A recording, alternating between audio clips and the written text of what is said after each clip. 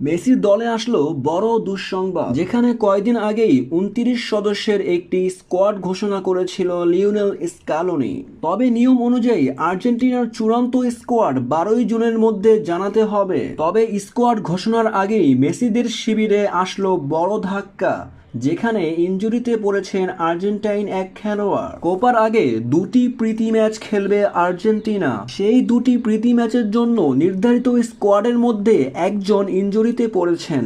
জানা গেছে আর্জেন্টিনার ইনজুরিতে পড়া সেই খেলোয়াড়ের নাম, সেই খেলোয়াড় আর কেউ নন, জার্মান প্যাজেল্লা, যাকে কোচ লিওনেল স্ক্যালোনি আর্জেন্টিনার চূড়ান্ত স্কোয়াডে রেখেছিলেন।